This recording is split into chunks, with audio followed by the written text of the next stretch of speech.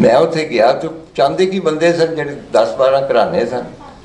मैं क्या इत्थे कोई बंदा ऐसा है सी जिहड़ा इत्थों गया बाहर और हाली तक वापस कभी नहीं आया।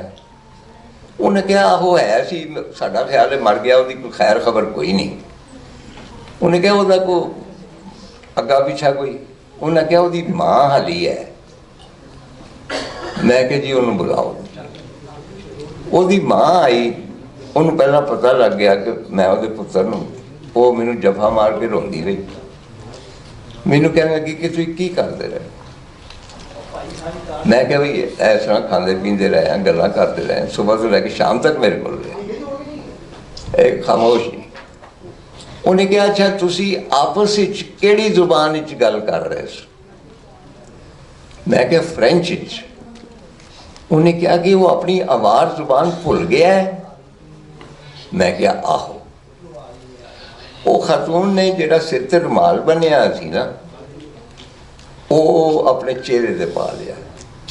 रसूल कहता है कि जदों किसी का कला पुत्र मर जाए तो माँ नूं खबर पहुँचती है तो वो अपना चेहरा ढक लैंदी है। और उन्हें कहा तू मेरे पुत्र नूं नहीं मिल के आया, मेरा पुत्र मर गया।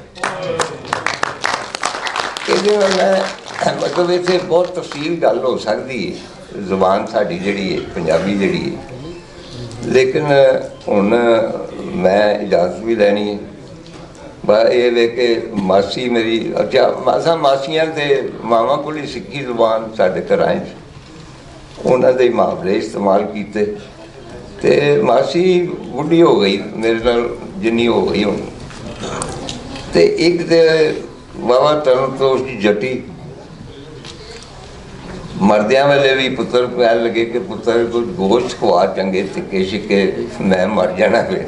मतलब इन्नी शौकीन खाण पीन ते निकलिया नहीं सी जाता, रिक्शे च बह जाए या मतलब कार ते बाहर निकल के हमेशा कहती सी मुस्तंसर ये बड़ेपा जिहड़ा ना ये सिर च मैं 100 छित्तर मारा तो गिना एक।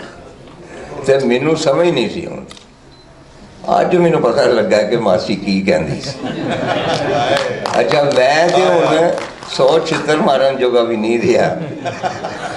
तो उसे मासी का एक सी तकिया कलाम सी कि जदों मिलती सी मैनू आखिरी गल तो कहती हुंदी सी माँ रज गई,